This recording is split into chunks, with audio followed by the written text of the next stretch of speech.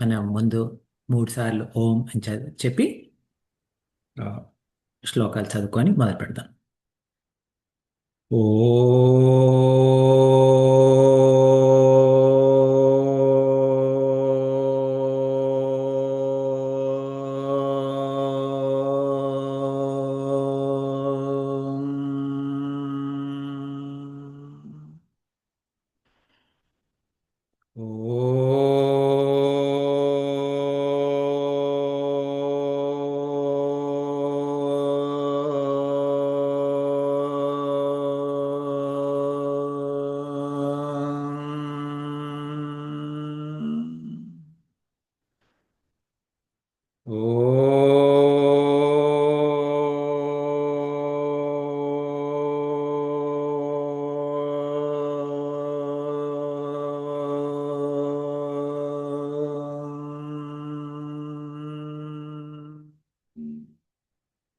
ఓం సహనావతు సహనౌ భునక్తు సహ వీర్యం కరవావహై తేజస్వినావధీతమస్తు మా విద్విషావహై.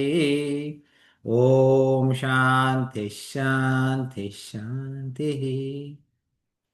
సమస్తజనకల్యాణే నిరతం కరుణామయం నమామి చిన్మయం దేవం సద్గురుం బ్రహ్మవిద్వరం. సద్గురుం బ్రహ్మవిద్వరం. హరి ఓం. నమస్తే. నా పేరు వెంకటేశ్వరరావు. మా నాన్న పెట్టిన పేరు, కానీ అందరు వెంకట్ అని పిలుస్తారు.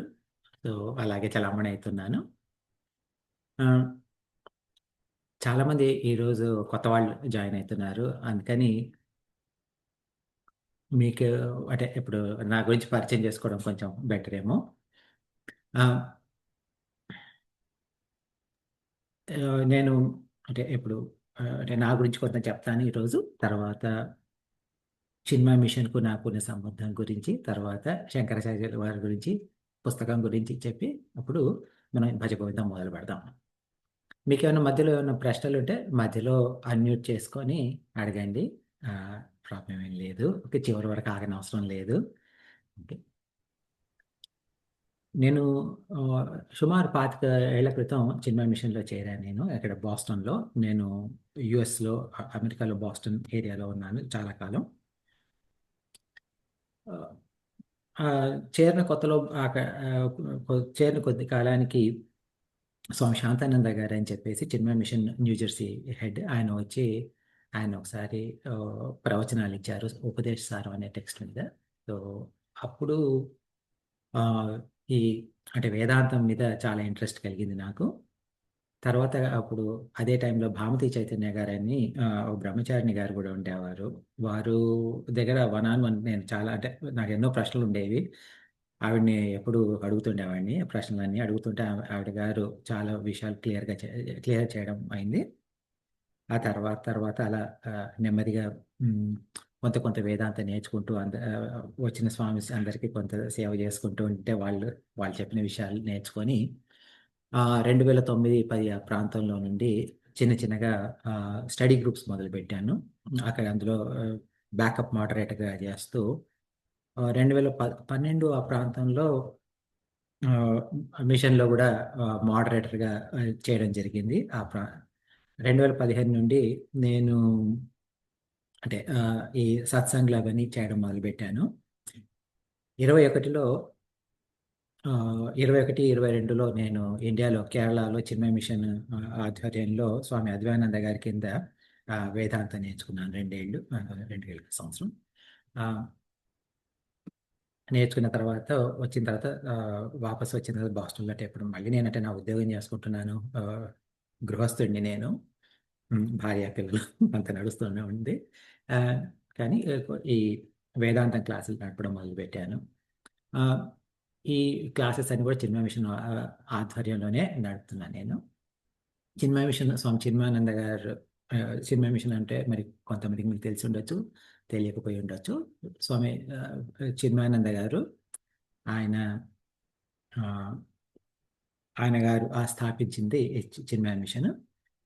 ఆయన గారి అంటే గురు పరంపర వస్తే శంకరాచార్య వారి శిష్యులు సురేశ్వరాచార్య గారి కింద నుండి వచ్చేది శృంగేరి మఠం. ఆ శృంగేరి మఠం నుండి స్వామి శివానంద సరస్వతి గారు అని గొప్పవారు ఉండేవారు. డివైన్ లైఫ్ సొసైటీ మొదలుపెట్టారు ఆయన 1900 బిగినింగ్ అంటే 1910 15 ఆ ప్రాంతంలో ఆయన గారి దగ్గర ఈయన దీక్ష తీసుకొని తపోవన్ మహారాజ్ గారి దగ్గర నుండి ఈ వేదాంత నేర్చుకున్నారు. తర్వాత ఆయన ఈ చిన్మయ మిషన్ స్థాపించారు. సో ఆయన ద్వారా నేను నేర్చుకున్నాను కాబట్టి ఈ ఈ భజగోవిందము శంకరాచార్యులు గారి వారి పుస్తకం.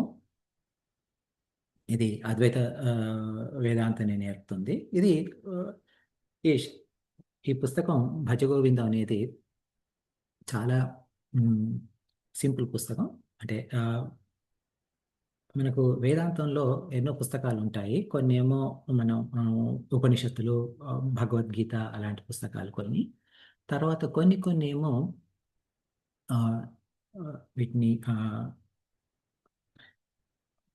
ఈ అంటే ఇంట్రొడక్టరీ పుస్తకాలు అనమాట. అంటే అన్ని ఉపోద్ఘాతం లాగా మొదలు పెడతాయి. అంటే పాఠాలు అంటే ఏంటి, వేదాంతం అంటే ఏంటి అనేది. ఇది అలాంటి పుస్తకం. దీని యొక్క ముఖ్య లక్షణం ఏంటంటే,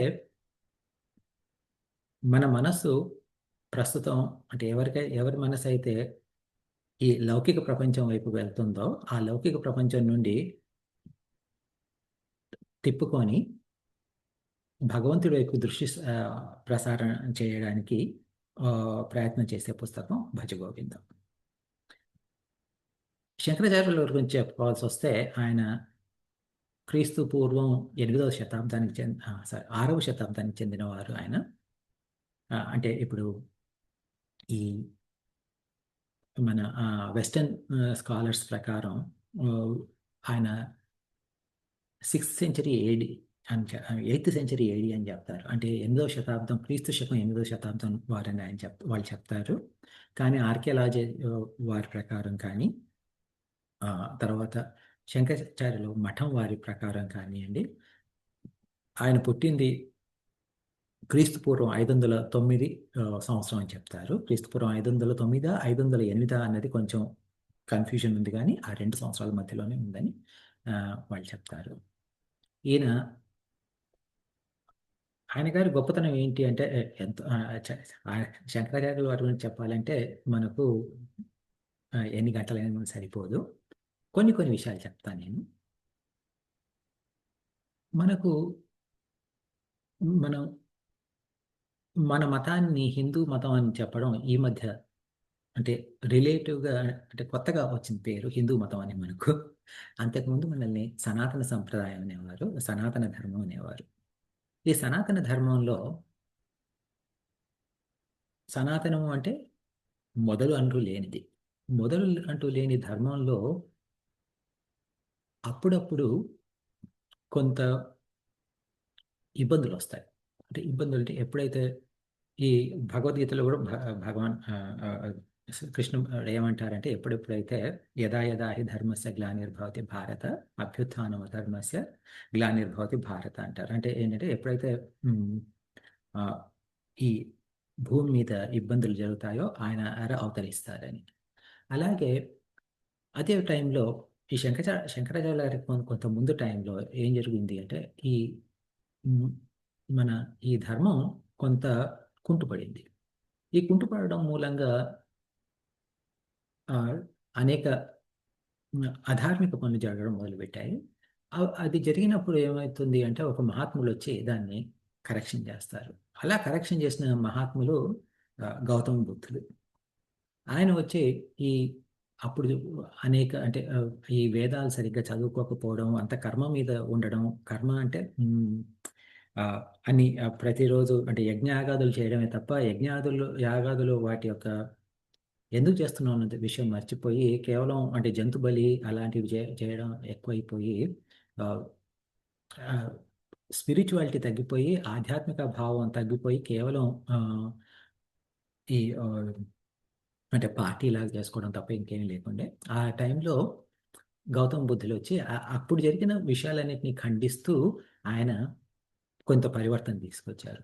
ఆయన తీసుకొచ్చిన పరివర్తన మంచిదైనా కూడా ఆయన శిష్యులు ఆయన ఆయన చెప్పిందే వేదం, అంతకుముందున్న వేదాలు వేదాలు కాదు అని చెప్పేసి గౌతమ బుద్ధుడు ఒక పుస్తకం కూడా రాయలేదు. ఆయన ఆయన జీవితం అంతా ఆయన చెప్పిన పాఠాలంతా చాలా తక్కువ. ఎక్కువ ఆయన మెడిటేషన్ మాత్రం చేసేవారు. ధ్యానంలోనే గడిపేవారు. ఆయన తర్వాత వచ్చిన శిష్యులు ఈ ఆయన గౌతమ బుద్ధుడు బోధలు సరిగ్గా అర్థం చేసుకోలేక వాళ్ళు పుస్తకాలు రాశారు. ఆ పుస్తకాలు రాయడంలో మళ్ళీ వాళ్ళలోని వాళ్లకు తేడాలు వచ్చి 6 శాఖలుగా మారినాయి. 6 రకాల బౌద్ధ మతాలు తయారైనాయి. వాటన్నిటి మూలంగా మళ్ళీ ఇటు బౌద్ధ మతము పాడైపోయింది, ఇటు హిందూ మతము పాడైపోయింది. ఆ టైంలో భగవాన్ ఆదిశంకరాచార్య గారు వచ్చి అవతరించి ఆయన దేశం మొత్తం 4 సార్లు తిరిగారు. ఆయన కేరళలో పుట్టారు. కేరళ నుండి కాశ్మీర్ వరకు వెళ్ళి అలా తూర్పు, పడమర అంతా తిరిగి దేశానికి 4 వైపులా ఒకసారి కాదు 4 సార్లు.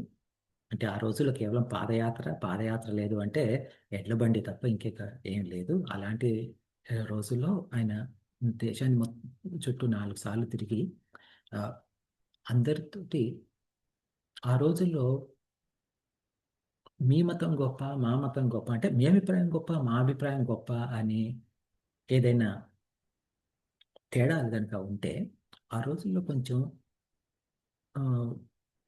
ఆనెస్టీ అనేది ఉండేది. అంటే మనిషిలో నిజాయితీ అనేది అంటూ ఉండేది. నేను చెప్పింది మీరు ఒప్పుకోవట్లేదు, మీరు చెప్పింది నేను ఒప్పుకోవట్లేదు అనుకోండి. అలాంటప్పుడు ఏంటంటే వాళ్ళు వివాదాలు చేసేవారు. అంటే శాస్త్రార్థం ఏమిటి, శాస్త్రం ఏం చెప్తుంది అని.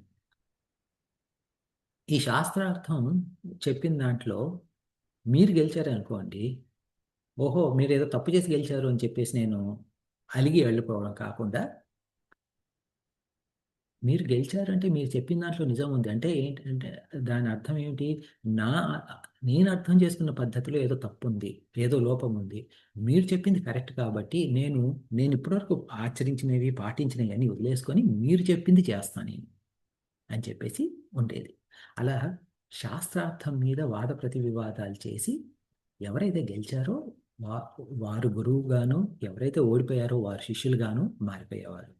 అలా ఆయన శంకరాచార్యులు గారు దేశమంతా తిరిగి 4 సార్లు, ఇంతకుముందు చెప్పినట్టు 4 సార్లు దేశమంతా తిరిగి అందరితోటి ఈ వాద ప్రతి వివాదాలు చేసి వారందరినీ ఒప్పించి మార్పిచ్చి నెమ్మదిగా క్రమంగా బౌద్ధ మత ప్రభావము, జైన మత ప్రభావము తగ్గించి అలాగే కర్మకాండలు వాటిల్లో మునిగి పోతున్న జనాలను కూడా ఈ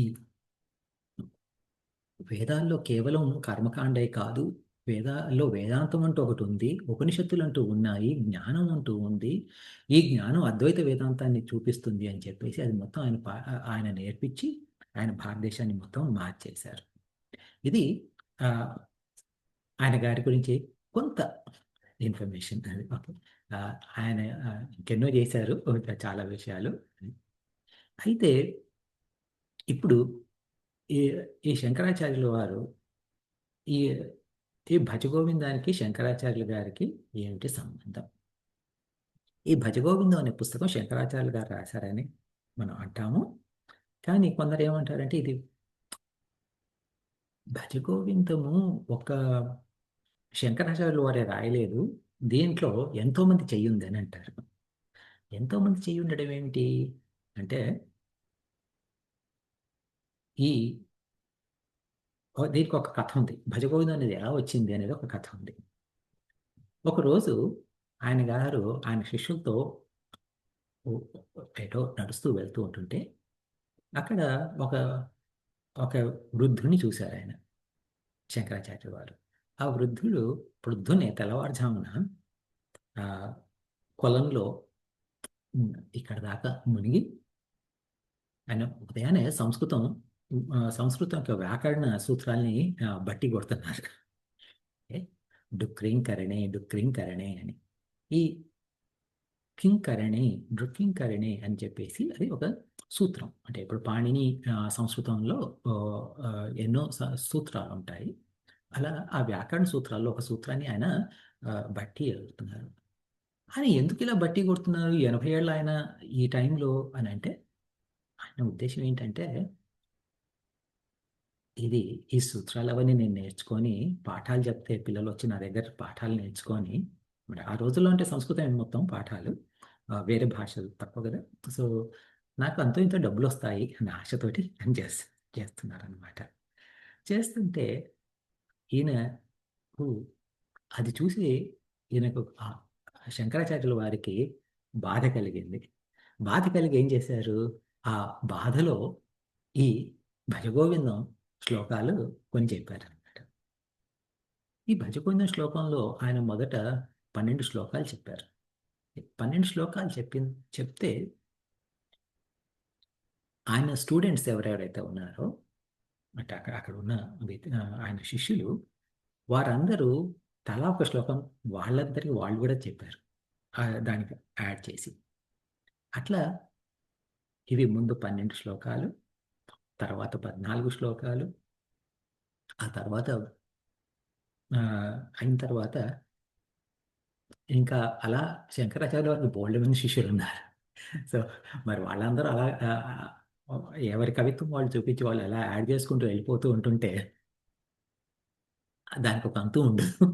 అందుకని చెప్పేసి, "ఇక చాలు నాయనా ఆపండి" అని చెప్పేసి ఆయన ఇంకొక 5 శ్లోకాలు యాడ్ చేసి దాంతోటి ముగించారు. అందువల్ల దీన్ని ఈ పుస్తకానికి ఆహ్, ఆహ్, రకరకాల పేర్లున్నాయి. ఒక పేరు 'మోహ ముద్గర' అని. మోహం అంటే మోహం అంటే ఆహ్, ఒక తప్పు విషయాన్ని మనం కరెక్ట్ అనుకోవడం, ఒక కరెక్ట్ అయిన విషయాన్ని తప్పు అనుకోవడం మోహం. అంటే మనకు ఎప్పుడైతే మనసు అందుకని ఇప్పుడు మామూలుగా మనకు ఆహ్, మన పురాణాలలో కూడా మోహిని అని ఎవరు అవతరిస్తారు? విష్ణు భగవానుడే మోహిని అని అవతరిస్తారు. ఎందుకు అవతరిస్తారు ఆయన అంటే, ఆయన ఆ మోహినిని చూడగానే మోహం వచ్చేసి వాళ్ళకి ఏం చేస్తున్నారో తెలీదు. ఈ మోహిని అవతారం ఆయన విష్ణుమూర్తి ఎత్తినప్పుడు ఒకసారేమో రాక్షసులు అమృతం తాగకుండా జేశారు. ఒకసారి భస్మాసురుడిని తన చే తన త చెయ్యి తన తల మీద పెట్టి ఇది జేశారు. ఓకే. అలా ఈ మోహం అనేదొచ్చినప్పుడు ఏం ఏం కరెక్టు, ఏం కరెక్ట్ కాదు అన్న విషయం తెలీదు. ఈ ఈ మోహం అనేది ఏదైతే ఉందో మనకు కూడా ఒక మోహం అంటూ ఉంది. ఏమిటి ఈ మోహం? ఈ ప్రపంచం నిజం. నాకు ఈ ప్రపంచంలో ఆనందం వస్తుంది. ఈ ఈ ప్రపంచంలో ఆనందం లభిస్తుంది అనే అపోహ ఉండడమే ఒక పెద్ద మోహం. ఈ మోహం మూలంగా ఏం చేస్తున్నాం మనం అంటే, మన నిజ స్వరూపాన్ని మర్చిపోయి బయట ఆహ్, సుఖం కోసం పాకులాడుతున్నాం. ఈ సుఖం కోసం పాకులాడుతుంటుంటే ఏమైతుంది? నేను ఎప్పటికీ ఉండేవాడిని కాదు. అంటే ఒక జీవుడిగా నేను అశాశ్వతం. నా జీవితమే అశాశ్వతం. నేను ఇంకొకళ్ళు నాకేదో సహాయం చేస్తారనుకుంటే వాళ్ళ జీవితము అశాశ్వతమే. వాళ్ళెప్పుడుంటారో పోతారో తెలీదు. పోనీ వాళ్ళు ఉన్నా కూడా వాళ్ళు మారుతున్నారు. నేను మారుతున్నాను రోజు. ఒక మనిషి రోజు మారిపోతున్నప్పుడు అంటే ఎందుకు మారిపోవడం అంటే మనకు కొత్త కొత్త ఇన్ఫర్మేషన్ వస్తుంది. కొత్త ఎడ్యుకేషన్ వస్తుంది. కొత్త కొత్త విషయాలు నేర్చుకుంటున్నాము. అలాగే కొన్ని కొన్ని వదిలేస్తున్నాము. దానివల్ల మనలో రోజు రోజు పరివర్తన వస్తుంది. ఒక మార్పొస్తుంది. అది మంచే కావచ్చు, చెడే కావచ్చు. అలాగే వాటిలో కూడా అయితుంది. అలా అయినప్పుడు నేను మారుతున్నాను, మీరు మారుతున్నారన్నప్పుడు మన మధ్య ఈ ఆ బంధం ఏదైతే ఉందో అది సవ్యంగా ఉంటుందనే ఉంది. అది మారిపోతూ ఉంటుంది. అలాంటప్పుడు మీరు నాకు సహాయం జేస్తారు అంటే ఈరోజు చేయొచ్చు కానీ రేపు చేస్తారని లేదు గదా! ఎల్లుండి చేస్తారని లేదు గదా! ఇలా ఉన్న ఇలాంటప్పుడు మీరు రేపో ఎల్లుండో నాకు సహాయం చేయలేదు అని చెప్పేసి నేను బాధపడితే అది ఆహ్, అంటే అది ఏదో ఒక రోజు దారి తీస్తుంది. అలాగే మనం మన రిలేషన్స్‌లో అంటే మన సంబంధాల్లో ఏ సంబంధం చూసుకున్నా అది మన తల్లిదండ్రులతోటనే కానియండి, భార్యాభర్తలతోనే కానియండి, పిల్లలతోటే కానియండి, ఫ్రెండ్స్ తోటే కానియండి, ఉద్యోగంలో గానియండి, వ్యాపారంలో గానియండి, ఎక్కడైనా గానీ ఒకప్పుడు మనకి ఎవరైతే బాగా మంచి స్నేహితులో ఆ తర్వాత వాళ్ళు అంత గొప్ప స్నేహితులు కాదు. ఒక్కోసారి శత్రువులుగా కూడా మారి ఉంటారు. ఎవరైతే శత్రువులు అనుకున్నామో వాళ్ళు మిత్రులుగా కూడా మారి ఉంటారు. తర్వాత ఎప్పుడైతే ఎవరైతే మనల్ని ప్రేమిస్తున్నాం అనుకున్నామో వాళ్ళు మనల్ని ద్వేషించడం కూడా మొదలుపెడతారు. ఇలాంటియి ఎన్నో జరుగుతూ ఉన్నాయి. ఇలా జరిగినప్పుడు ఏది నమ్మకం? ఏది శాశ్వతం? ఇలాంటి ఈ అశాశ్వతమైన బంధాలను పట్టుకొని వాటిలో నిత్య సుఖం లభిస్తుందనుకోవడం మోహము. ఓకే. ఈ మోహ ముద్గర. ముద్గర అంటే సుత్తి. ఈ ఒక సుత్తితో తీసుకుంటే ఏమవుతుంది? అంటే ఇప్పుడు మనకు ఒక సుత్తి తీసుకొని ఒక కొబ్బరికాయను కొట్టితే కొబ్బరికాయ లాంటి గట్టి పదార్థమే కానియండి, ఎంత గట్టిదైనా కానీ పగిలిపోతుంది. అలాగే ఈ మోహాన్ని కూడా పగలగొట్టడానికి, ఓకే, ఒక మనిషిలో ఉన్న మోహాన్ని పగలగొట్టడానికి వాడిన ఆయుధం ఈ భజగోవిందం. ఈ భజగోవిందాన్ని ఒక ఇంకో 2, 3 పేర్లు కూడా ఉన్నాయి. ఒకటేమో చర్పట పంజరి. చర్పట పంజరి. చర్పట అంటే కరకరలాడేది. ఓకే. అంటే ఇప్పుడు మామూలుగా మనం ఏదైనా ఆహ్, చక్రాలో, సకినాలు అలాంటివి ఏమైనా కరకరలాడి తింటుంటే అవి కరకరలాడుతాయి కదా! అలా కరకరలాడని చర్పట అంటారు. పంజరి అంటే ఒక రకమైన స్వీట్. అంటే ఇప్పుడు ఈ సత్యనారాయణ పిండి, సత్తుపిండి అట్లా అంటాం. అది పొడి పొడిగా ఉండి అంటే అందులో అది నువ్వులు, బెల్లం ఆహ్, అన్నీ కలిసి ఉంటాయి కదా! అలాంటిదనమాట. సో, అలా మీరు కరకరలాడే ఏదైనా తినేసి అంటే హ్మ్. హ్మ్. అంటే చక్రాలు అలాంటివి ఏదైనా తినేసి, ఆ తర్వాత ఈ ఈ స్వీట్ పిండి తింటే ఎలా ఉంటుందో ఈ ఈ శ్లోకాలు కూడా అలా ఉంటాయన్నమాట. అందుకని చెప్పేసి వీటిని చర్పట పంచయి అని ఒక పేరు. ఇంకో పేరు దీనికి చతుర్దశ శ్లోక ద్వాదశ మంజరిక అని కూడా అన్నారు. ద్వాదశ మంజరిక అంటే 12 ద్వాదశ అంటే 12 మంజరిక అంటే పువ్వులు. సో, ద్వాదశ మంజరిక అంటే ఒక 12 పూలతో కూడిన ఒక పూల గుత్తి లాంటిదన్నమాట. ఈ ఈ 12 పూలేవి? ఆయన గారు మొదట చెప్పిన 12 శ్లోకాలు ఈ 12 పువ్వులు. ఇట్లా దీనికి రకరకాల అంటే ఆహ్, ఒక్కొక్క పేర్లున్నాయి. అంటే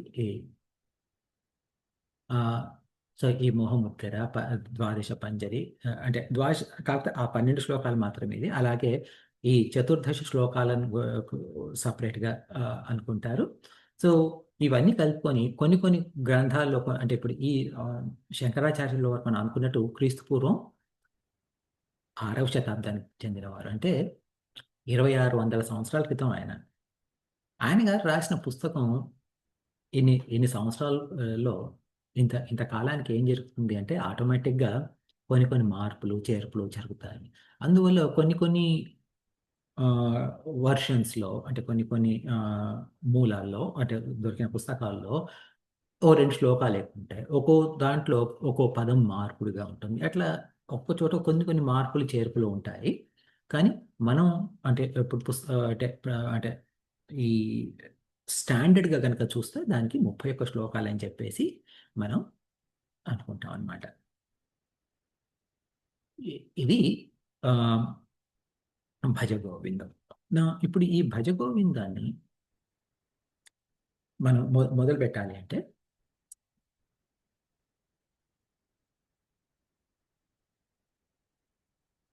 ఆహ్, హ్మ్. సరే. ఈ భజ గోవిందంలో ఓహ్! ఓకే. సరే లెట్స్ స్టార్ట్. ఓకే. ఏం చేద్దాం అంటే శోభ గారు, Shobhaji. Yes, Venkat ji. Okay. మీరు రిపీట్ చేస్తారా? భజ గోవిందం. Sure. మనం మొదటి శ్లోకం చదువుదాం. ఆహ్, నేను జ నేను శ్లోకం చదివితే శోభ గారు రిపీట్ చేస్తారు. మీరందరూ మ్యూట్‌లో ఉండి మీరు గూడా రిపీట్ చేయండి. భజ గోవిందం భజ గోవిందం Bhaj Govindam, భజ గోవిందం గోవిందం భజ మూఢమతే గోవిందం భజ మూఢమతే సంప్రాప్తే సన్నిహితే కాలే సంప్రాప్తే సన్నిహితే కాలే నహి నహి రక్షతి డ్రుకింకరణే నహి నహి రక్షతి డుకృన్కరణే భజ గోవిందం భజ గోవిందం భజ గోవిందం భజ మూఢమతే భజ గోవిందం భజ గోవిందం గోవిందం భజ మూఢమతే. ఈ ఈ పుస్తకం పేరు భజ గోవిందం అనుకున్నాము. ఈ ఈ పుస్తకంలో మొట్టమొదలు ఆ, ఆ, ఈ శ్లోకంలో మొట్టమొదటి శ్లోకంలో 2 సార్లు భజ గోవిందం అన్నారు. అలాంటప్పుడు భజ అంటే ఏమిటి, గోవిందం అంటే ఏమిటి అనేది తెలుసుకోవాలి మనం. భజ భజ అంటే ఏమిటి అని చూస్తే, భక్తుడు ఒక భక్తుడు ఉంటే మనకు ఇంకొకటి కావాల్సి వస్తుంది. ఏం కావాలి, భక్తుడు అని ఒక రాగానే మనకు ఆటోమేటిక్గా భగవంతుడు కూడా ఉండాలి. ఎందుకంటే భక్తుడు భగవంతుడు కావాలి. ఈ భక్తుడికి భగవంతుడికి మధ్య ఉన్న సంబంధం ఏమిటి, అది భక్తి. భక్తుడికి భగవంతుడికి మధ్య ఉన్న సంబంధం భక్తి. ఈ భక్తిని మనం ఎలా చూపిస్తాము? ఓకే. నాకు ఆయన అంటే చాలా గొప్ప భక్తి ఉంది అని అంటాం, లేకపోతే భగవంతుడే నాకు చాలా ఇష్టం అంటాం. కానీ మనం భక్తి అది ఎలా అంటే బయటికి ఎలా కనబడుతుంది అది? ఓకే, అంటే మనం అంటే నేను అనేది చూపించడం అంటే ప్రజలకు చూపించడానికి కోసం కాదు. ఓ నాకు ఎంత భక్తి ఉందో తెలుసా, మీరందరూ రండి నేను పూజ చేస్తాను, రోజుకు 4:30 గంటలు పూజ చేస్తాను, అది కాదు భక్తి అంటే. ఓకే, ఈ భక్తి అనేది ఎలా బయటకు వస్తుంది అంటే ఆచరణలో ఎలా వస్తుంది అన్న దాని గురించి ఆ, ఏదైతే ఉందో అది భజన. ఓకే, భక్తి యొక్క బాహ్య రూపం అంటే ఏదైతే కనబడే రూపం ఏదైతే ఉందో అది భజన అన్నమాట. భజన అంటే మామూలుగా మనకు రోజువారీ భజన అనగానే అదిగో వాళ్ళ ఇంట్లో మనం భజన చేస్తున్నారు, వీళ్ళింట్లో భజన చేస్తున్నారు, అక్కడ ఏదో అక్కడికి వెళ్తే ఏదో పాటలు పాడతారు, అది భజన అని మనం అనుకుంటాం. కానీ ఈ భజ అంటే అది కరెక్టే అయినా అది మాత్రమే కాదు. భజన భజ అనేది ఈ భక్తి అనేది ఎలా కనబడుతుంది అని చెప్పేసి మనకు భాగవతంలో ప్రహ్లాదుడు చెప్తాడనమాట. భాగవతంలో కాండంలో పంచమోధ్యాయంలో చెప్తారు ఆయన. శ్రవణం కీర్తనం విష్ణో స్మరణం పాద సేవనం అర్చనం వందనం దాస్యం సఖ్యం ఆత్మనివేదనం అని. ఇది నవదా భక్తిగా అంటే నవద అంటే నవవిధ అంటే 9 రకాల భక్తిగా ఈ శ్లోకం చాలా పాపులర్ చెందింది. శ్రవణం అంటే ఏమిటి, భగవంతుడి గుణగణాలను గురించి వినడం శ్రవణం. శ్రవణం అంటే వినడం. అంటే వినడం అంటే కేవలం అంటే మనకు రేడియోలోనో లేకపోతే ఆ, ఎవరు చెప్తేనో వినడం అని కాదు. అది పుస్తకం చదవడం కూడా శ్రవణమే. ఒక గురువు దగ్గర నుండి నేర్చుకోవడం కూడా శ్రవణమే. ఉం? అది శ్రవణం. శ్రవణం అన్నప్పుడు మనకు చెవులు లేదా కళ్ళు, కళ్ళు కూడా అనుకోండి, అంటే చదువుకుంటుంటే ఇవి ముఖ్యంగా వాడతాం. ఎందుకు అంటే ఇప్పుడు ఒక మీరు ఒక సినిమానో నాటకం చూశారు, అందులో ఒక యాక్టరో యాక్ట్రెస్సో చాలా గొప్పగా చేశారు, మీకు ఆ వ్యక్తి ఎవరో తెలియదు. మీరు వెంటనే ఏం చేస్తారు, ఇవ ఇవ ఈ వ్యక్తి ఎవరు, ఓకే కనుక్కుందాం అని చెప్పేసి గూగుల్కి వెళ్ళి వాళ్ళ పేరు పెట్టి, లేకపోతే వాళ్ళ పేరు కూడా తెలియకపోవచ్చు, ఎందుకంటే మీరు మధ్యలో షో చూసుండొచ్చు. అందువల్ల ఆ షోలో ఎవరెవరు యాక్ట్ చేశారు, ఓహో ఈ పాత్రకు యాక్ట్ చేసింది ఈ వ్యక్తి, వీళ్ళెవరు, ఎక్కడ యాక్ట్ చేశారు, ఇంకే నాటకాల్లోనో లేకపోతే సినిమాల్లోనో వీళ్ళు యాక్ట్ చేశారు అనేది మొత్తం చూస్తారు. చూసి ఓహో ఈ సినిమాలో వీళ్ళు ఉన్నారా, ఓకే సరే ఆ సినిమా కూడా చూద్దాం అని చెప్పేసి చూస్తాం. చూసి ఓ చాలా బాగుంది అని చెప్పేసి ఇంకా ఇంకా వాళ్ళ గురించి కనుక్కుంటూ కనుక్కుంటూ ఏం చేస్తాం, మనం ఆ నటి లేక నటుడి యొక్క అభిమానిగా మారిపోతాం. ఈ ఈ అభిమానిగా మారడానికి ఏం జరిగింది అంటే, వాళ్ళ గురించి తెలుసుకోవడం, ఇంకా తెలుసుకోవడం, ఇంకా తెలుసుకోవడం, ఇంకా తెలుసుకోవడం జరిగిందనమాట. అలా చేయడం మూలంగా నెమ్మది నెమ్మదిగా భక్తి అనేది, అంటే వాళ్ళంటే అభిమానము, ప్రేమ అంటూ పెరిగింది. అలాగే ఈ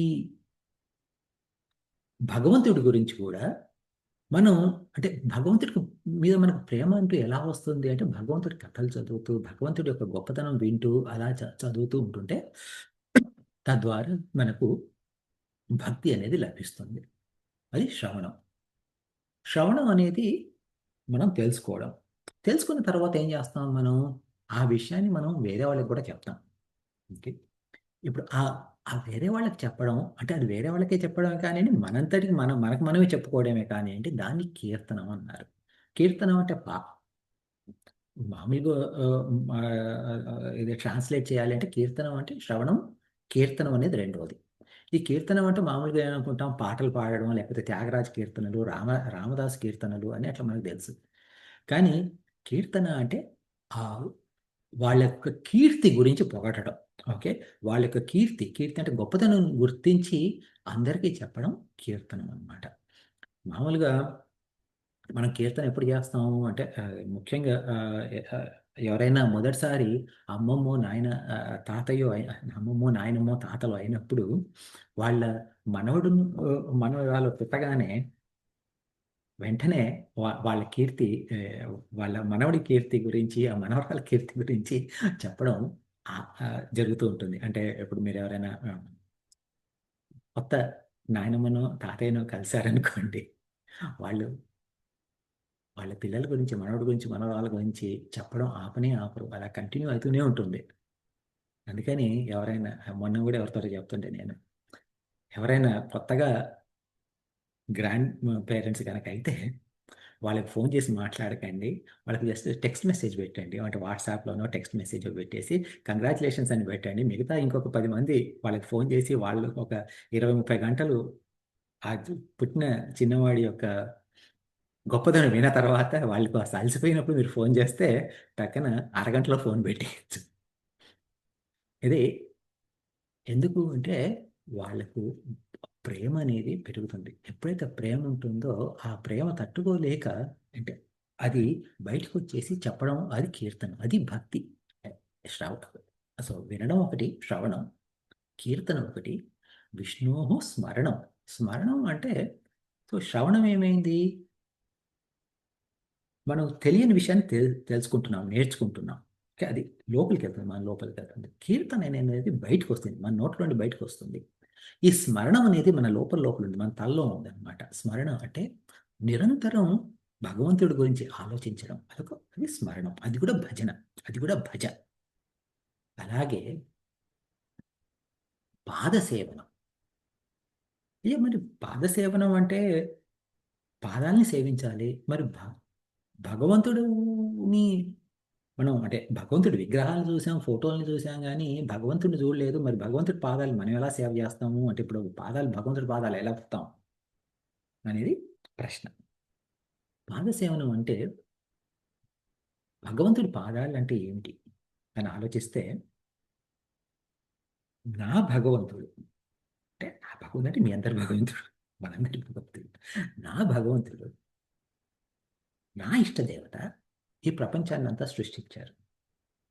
ఈ ప్రపంచాన్నంతా సృష్టించింది భగవంతుడే కాబట్టి, ఈ ప్రపంచంలో ప్రాణులందరినీ సృష్టించింది కూడా ఆయనే. ఆ భగవంతుడే.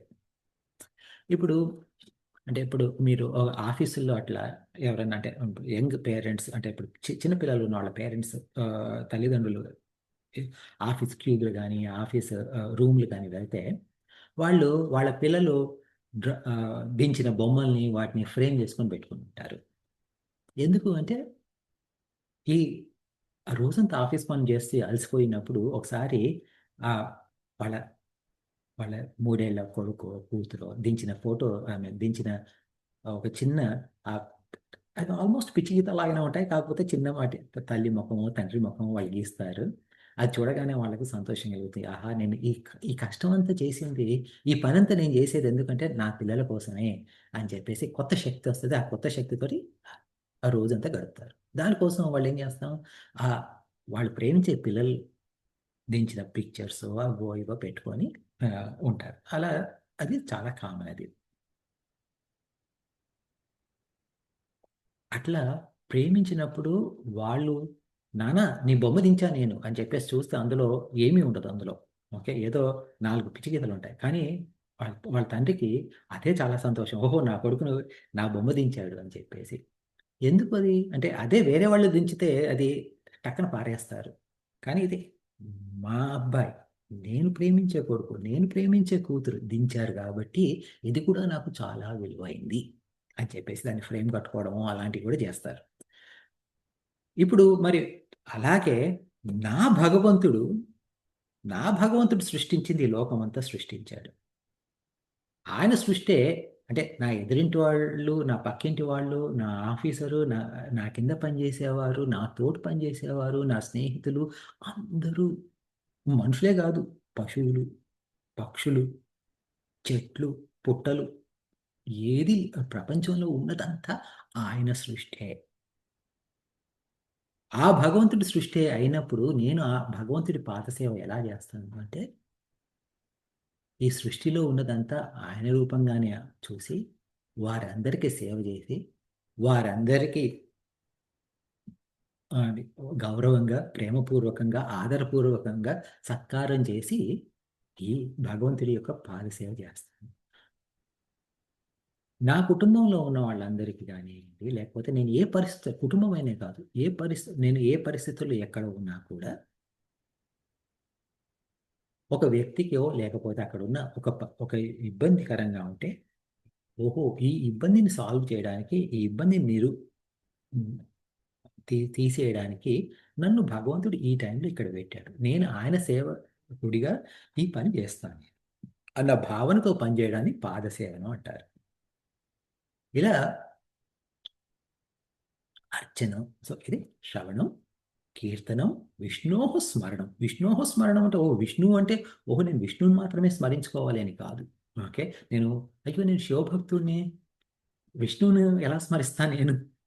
నా నా ఆహ్, నా ఇష్టదేవత శివుడు, లేదా నా ఇష్టదేవత రాముడు, విష్ణువుని స్మరించడం నా వల్ల కాదయ్యా! అలా కాదు. విష్ణువు అంటే భగవంతుడు అని అర్థం. విష్ణువు అంటే ఆహ్, సంస్కృతంలో విష్ణు అన్న పదానికి అర్థం అంతటా వ్యాపించి ఉన్నది. సర్వవ్యాపకత్వాన్ని విష్ణువు అంటారు. సర్వవ్యాపకత్వం అది, అది విష్ణువేనండి, శివుడేనండి, ఏదైనా గాని భగవంతుడు. ఒకే భగవంతుడిని మనం అనేక రూపాలుగా చూస్తాము. కాబట్టి ఆ సర్వవ్యాపకుడైన ఆ భగవంతుడిని స్మరించడం అది శ్రవణం, కీర్తనం, స్మరణం, పాదసేవనం, అర్చనం. అర్చనం అంటే ఈ భగవంతుడి అర్చన చేయడం. గుడికెళ్ళి భగవంతుడి అర్చన చేయడం ఒకటి, ఒక రకమైన అర్చన. అలాగే ఈ ప్రపంచంలో ఉన్న ఏ గొ ఏ మూల చూసినా ఆయన గొప్పతనమే కనబడుతోంది అని చెప్పేసి, ఆయన గొప్పతనాన్ని అర్చించడం ఇంకో రకమైన అర్చన. అలా ఈ అర్చన చేయడం తోటి ఏమవుతుంది అంటే, ఆ అర్చన వందనానికి దారితీస్తుంది. వందనం అంటే నమస్కారం చేయడం. అంటే, ఓహో! ఇదంతా భగవంతుడి యొక్క లీల, ఇదంతా భగవంతుడి యొక్క గొప్పతనం అని చెప్పి చూసినప్పుడు, ఆ భగవంతుడి భక్తులే గానియండి, ఆ ఒక జ్ఞానులే గానియండి, ఎవరిని చూసినా గాని వంగి కాళ్ళకి నమస్కారాలు చేయాలనిపిస్తుంది. అది వందనం. తర్వాత దాస్యం.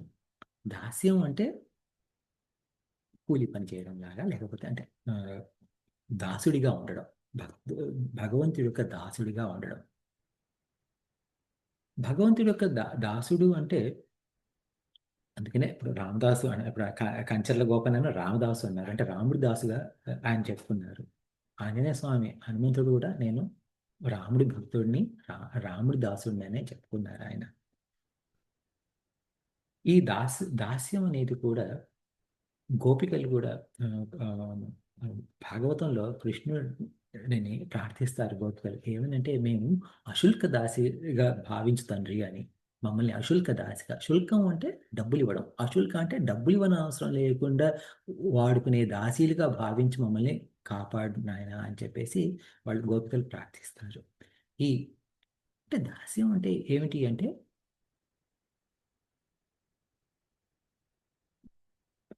నేనంటూ ప్రస్తుతం ఏంటంటే నాకు ఒక అహంకారం ఉంది ఏంటి నేను వెంకట్ని నేను ఈ ఉద్యోగంలో ఇది చేస్తున్నాను ఇక్కడ ఇది చేస్తున్నాను అక్కడ ఇది చేస్తున్నాను అని చెప్పేసి ఒక ఆధిపత్యం ఒక చలామణి అంటూ ఉంది అలా కాకుండా నేను భగవంతుడి దాసుడిని భగవంతుడి పని చేస్తున్నాను భగవంతుడు ఇచ్చిన పని చేస్తున్నాను తప్ప నాకంటూ ఒక ఇవి లేవు అని చెప్పేసి ఉండడం దాస్యం ఈ దాస్య లక్షణం ఇంకొకటి మన రామాయణంలో లక్ష్మణుడు కూడా చూపిస్తాడు ఎప్పుడు అంటే శూర్పణఖ వచ్చి ఆ, రాముని పెళ్లి చేసుకుంటా అంటే రాముడు లక్ష్మణుడి దగ్గరికి వెళ్ళి లక్ష్మణుడు చేసుకోమ్మా నాకు సీత ఆల్రెడీ ఉంది ఇక్కడ అని చెప్తే లక్ష్మణుడి దగ్గరికి ఆ, వెళ్తుంది శూర్పణఖ వెళ్ళి నన్ను పెళ్లి చేసుకో అంటే అమ్మ నేను రాముడి దాసుడిని రాముడి దాసుడిగా ఉన్నప్పుడు నాకంటూ ఒక ఇష్టాలు అయిష్టం భార్య పిల్లలు అంటే పెట్టుకోవడానికి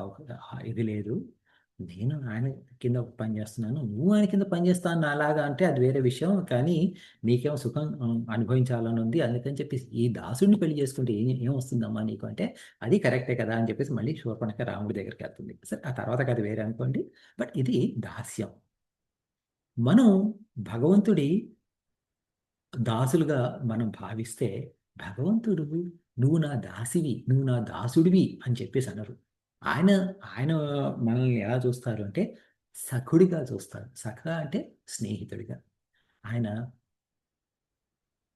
రాము రాముడు లక్ష్మణుడిని సఖా లక్ష్మణ అని అంటారు సఖా సుగ్రీవ అంటారు సుగ్రీవుడు రామ నేను నీ దాసుడిని అని చెప్పినా కానీ రాముడు మాత్రం సఖా సుగ్రీవ సఖా హనుమంత అని చెప్పేసి అంటారు అలా అందరిని భగవంతుడు సఖుడిగా చూస్తారు సఖు అంటే సఖ్యతతోటి అంటే స్నేహితంగా చూస్తారు అలా చూడబట్టే ఆయన కృప వల్లే మనం ఏం చేయాలన్నా చేసేది అది అలా అర్థం చేసుకున్నప్పుడు నేనంటూ ఏమీ లేదు ఉన్నదంతా భగవంతుడే అన్న దాంతోటి మనం మన ఆత్మ సమర్పణ చేసుకోవడాన్ని ఆత్మ నివేదనం అంటాం ఇది ఈ శ్రవణం కీర్తనం స్మరణం పాదసేవనం అర్చనం వందనం దాస్యం సఖ్యం ఆత్మ నివేదనం ఇవి 9 రకాలుగా ఉన్న భక్తి ఈ ఈ భజ అంటే భగవంతుణ్ణి ఈ రకంగా ప్రార్థించడం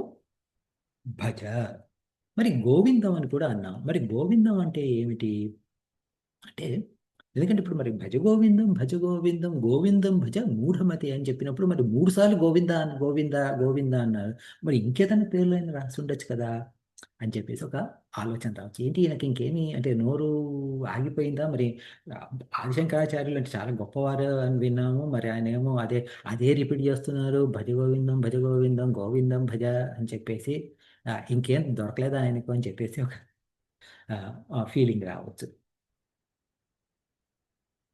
మనకు విష్ణు సహస్రనామంలో కూడా ఈ గోవింద అనే శబ్దము 2 సార్లు వస్తుంది ఓకే ఒకసారి ఏమో మహిశ్వాసో మహీభర్త శ్రీనివాస సతాంగతి అనిరుద్ధస్వరానందో గోవిందో గోవిదాంపతి అని ఒక శ్లోకంలో గోవింద అనే శబ్దం వస్తుంది మళ్ళీ మహావరాహో గోవింద సుషేనక కనకాంగతి గుహ్యోగ విరోగ హనో గుప్తచక్ర గదాధర అని చెప్పేసి ఇంకోసారి కూడా గోవింద శబ్దం వస్తుంది 2 సార్లు గోవింద శబ్దం వచ్చింది అంటే మరి విష్ణు సహస్రనామంలో మరి 1000 నామాలు అన్నప్పుడు ఒకే గోవింద అనే శబ్దం 2 సార్లు వచ్చింది అదేంటి అయ్యా అంటే మొదటిసారి గోవింద అని వచ్చినప్పుడు దాని అర్థం వేరు రెండోసారి గోవింద అని వచ్చినప్పుడు దాని అర్థం వేరు ఏంటి అర్థం అంటే ఈ గోవింద అనే శబ్దంలో 2 పదాలు ఉన్నాయి అంటే సంస్కృత పదం కదా సంస్కృతంలో 2 భాగాలు ఉన్నాయి గో అనేది ఒకటి వింద అనేది ఒకటి గో అనే శబ్దంకి ఎన్నో అర్థాలు ఉన్నాయి గో అంటే ఒకటేమో ఒక అర్థం ఏమో అంటే మామూలుగా మనకు అర్థం ఏంటి అంటే గోవులు గోవులు అంటే ఆవులు, ఆవులు, గేదెలు, దూడలు అని గో అనే శబ్దం. వింద అంటే వాటిని రక్షించేవాడు. ఆవుల్ని రక్షించే వాళ్ళకి మనకు ఏం సంబంధం? అంత అంత గొప్ప ఇదే ఉంది. విన్నానులే అంటే భగవంతుడు కృష్ణుడు ఆహ్, గోవులు కాచాడు అని విన్నాము. అంత మాత్రాన దానికి గోవింద గోవింద అనాల్సిన అవసరం ఏముంది?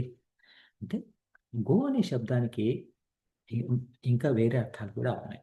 ఒకటేమో ఇంకో అర్థం ఏంటి అంటే గో అంటే ఇంద్రియాలు అర్థం.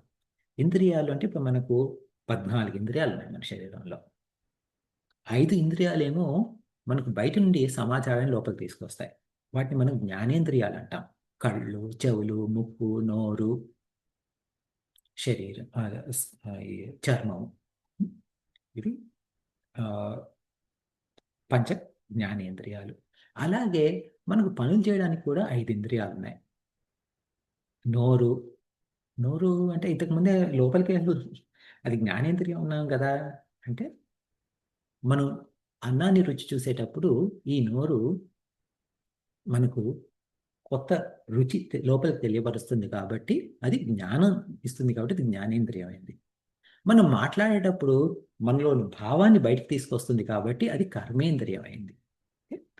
అలాగే చేతులు, కాళ్ళు, తర్వాత మన మల విసర్జన చేసే ఇంద్రియము అంటే వేస్ట్ ఇది తర్వాత జననేంద్రియాలు అంటే పిల్లలు పుట్టడానికి వాడుకునే ఇంద్రియాలు. ఇవి ఈ 10 ఈ 5 కలిపి కర్మేంద్రియాలైనయి. ఈ పంచ కర్మేంద్రియాలు 5, జ్ఞానేంద్రియాలు 5. ఈ 10 కూడా బాహ్యేంద్రియాలంట. అంటే బయట ఇంద్రియాలు. అంటే అప్పుడు మరి బయట ఇంద్రియాలు ఉన్నప్పుడు మరి లోపల ఇంద్రియాలు కూడా ఉండాలి కదా! అవి అంతరేంద్రియాలు అంటారు. ఈ అంతరేంద్రియాలు ఏమిటి అయ్యా అంటే మనసు, బుద్ధి, చిత్తము, అహంకారము.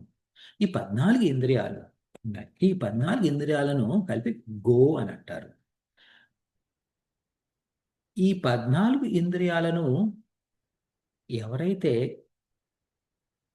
కంట్రోల్ చేస్తారో, ఎవరైతే వాటిని రక్షిస్తారో, ఎవరైతే వాటి యొక్క రాజో, ఓకే, వాటిని నియంత్రించేవారు గోవిందుడు. ఈ 14 ఇంద్రియాలను మరి అంటే మనలో ఉన్న అంతరాత్మ, మనలో ఉన్న భగవంతుడే గోవిందుడు అని అర్థం. ఓకే? అది ఒక అర్థం. రెండవది ఆయన గో గో గోవు అంటే భూమి అని కూడా అర్థం. భూమి, స్వర్గము అని. గోవిందుడు అంటే ఈ భూమిని, స్వర్గాన్ని అధిగమించిన వాడు గోవిందుడు. అంటే మనల్ని ఈ భూలోకం నుండి, స్వర్గలోకం నుండి కూడా రక్షించి ముక్తి ఇచ్చేవాడు గోవిందుడు అని ఇంకొక అర్థం.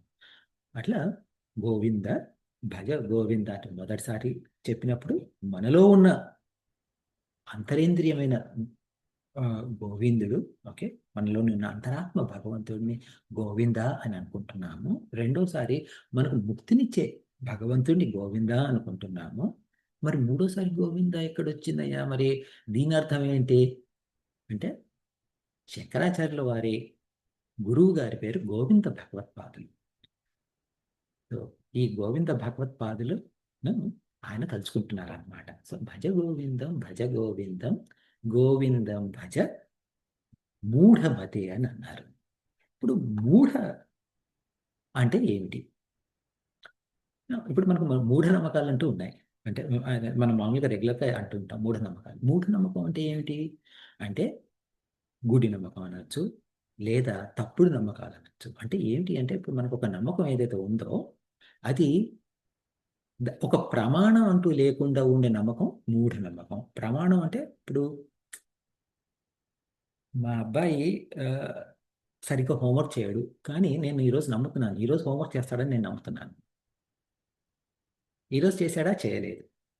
మరి తెల్లవారు ఏమైంది? రేపు హోంవర్క్ చేయడు. కానీ నేను నమ్మాను హోంవర్క్ చేస్తాడు. ఎందుకంటే నాకు చెప్పాడు. నాన్న నేను హోంవర్క్ చేస్తాను అని చెప్పాడు. చెప్పాడు కాబట్టి నేను నమ్మాను. కానీ చేయలేదు. అలాంటప్పుడు అది మొదటిసారి, 2 సార్లు అంటే ఓకే. కానీ అలా 10 రోజులు గడిచినా కూడా 10వ సారి కూడా నేను లేదు లేదు మా అబ్బాయి చెప్పాడు హోంవర్క్ చేస్తానని కాబట్టి చేస్తాడు అని నేను అన్నాను అనుకోండి, అది మూఢనమ్మకం అవుతుంది. ఈ మూఢ అంటే ఏమిటి? ప్రమాణం అంటూ లేనిది మూఢనమ్మకం అన్నమాట. మరి ఈ మూఢత్వం, మూఢ అలా మరి మూఢమతి అన్నారు. అంటే ఈ మతి అంటే మనసు. ఈ మనసు మూఢంగా ఉంది. మూఢంగా ఉంది అంటే ఏమిటి? ఏదైతే మనకు ఏంటంటే ఈ ప్రపంచంలో మనకు ఎక్కడికి వెళ్ళినా కానీ మనకు ఇబ్బందులు అవుతాయని మనకు తెలుసు. అయినా మన మనసు ఈ ప్రపంచంలో నుండి ఏదో సుఖం వస్తుంది వస్తుందని ఆశపడుతూనే ఉంది. ఈ ప్రపంచంలో నుండి సుఖం వస్తుందని ఆశపడే తూ ఒక ఆ, ఆ, ఈ మూఢనమ్మకంలో ఉంది కాబట్టి మూఢమతి అంటారు. సాధారణంగా ఇప్పుడు ఈ గోవిందం భుజ మూఢమతి అని ఎవరినంటున్నారు ఈయన? మనం ముందు అనుకున్నాం కదా, ఈ 80 ఏళ్లకు వృద్ధుడు ఉన్నారు ఆయన. ఆయన ఈ శ్లోకం డుక్రింకరణే డుక్రింకరణే అని సంస్కృత ఆ, వ్యాకరణ సూత్రాన్ని పఠిస్తున్నారు ఆయన. ఆయన బట్టి కొడుతున్నారు ఆయన అన్న. మరి ఆయనను ఈయన మూఢమతి అన్నారు. మరి ఇప్పుడు ఈయన భజగోవిందన్ పుస్తకం రాశారు. అందులో స్టార్టింగే ఆ, చదువుకునే వాళ్ళను లేకపోతే వీరిని మూఢ మూఢుడా అని పిలిచారనుకోండి. అలాంటప్పుడు పుస్తకాన్ని ఎవరు కొంటారయ్యా?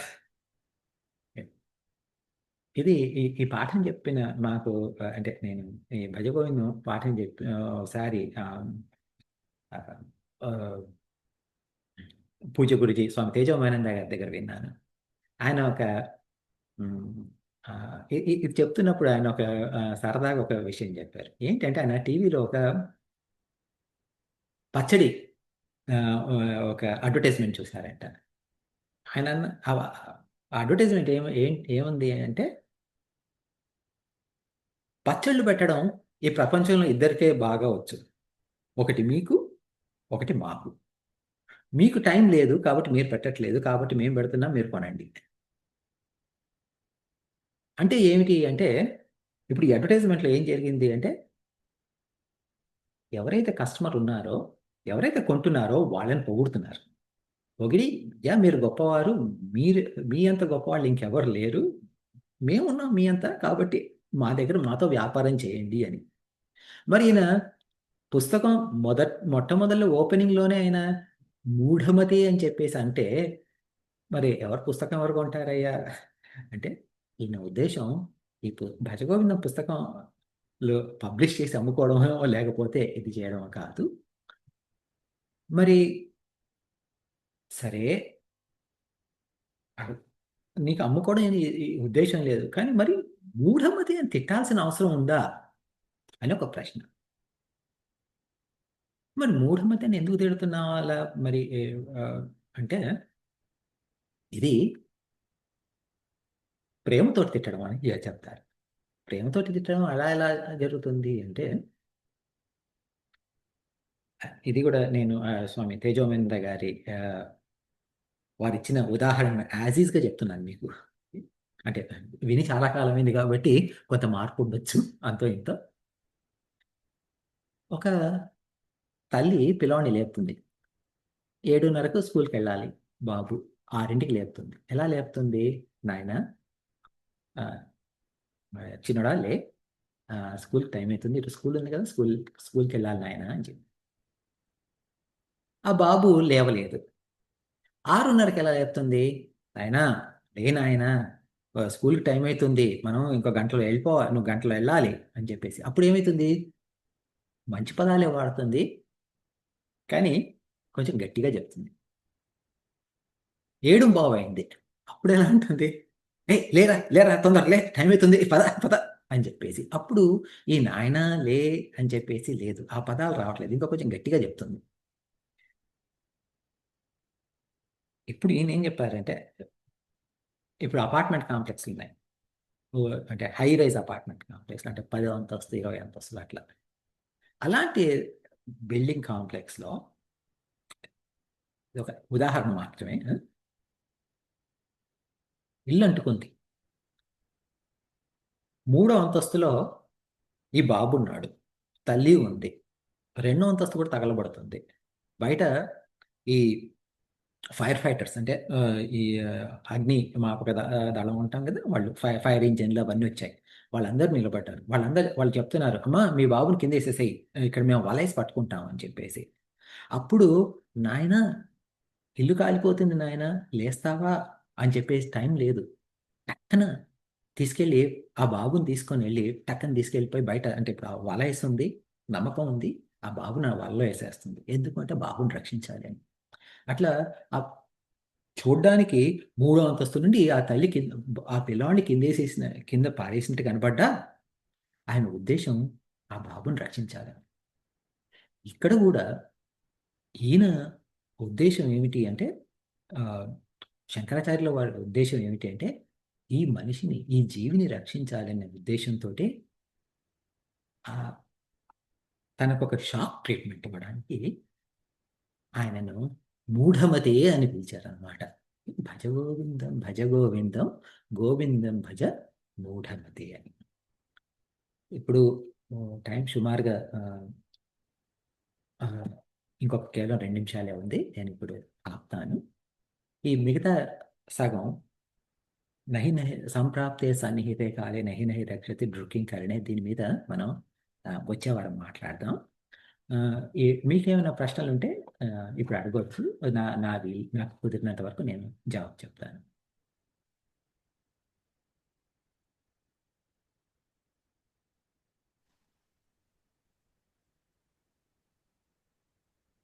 థ్యాంక్ యూ వెరీ మచ్ అండి. Thank you. నమస్తే. సరే, మీకేం ప్రశ్న లేకపోతే మరి అయితే మరి ముగించేద్దాం. ఓ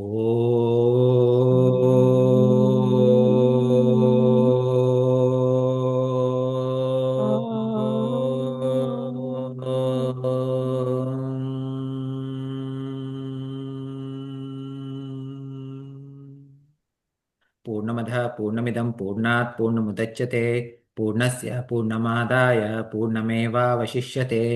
ఓం శాంతి శాంతి శాంతి. హరి ఓం శ్రీ గురుభ్యో నమః. హరి ఓం. Thank you very much.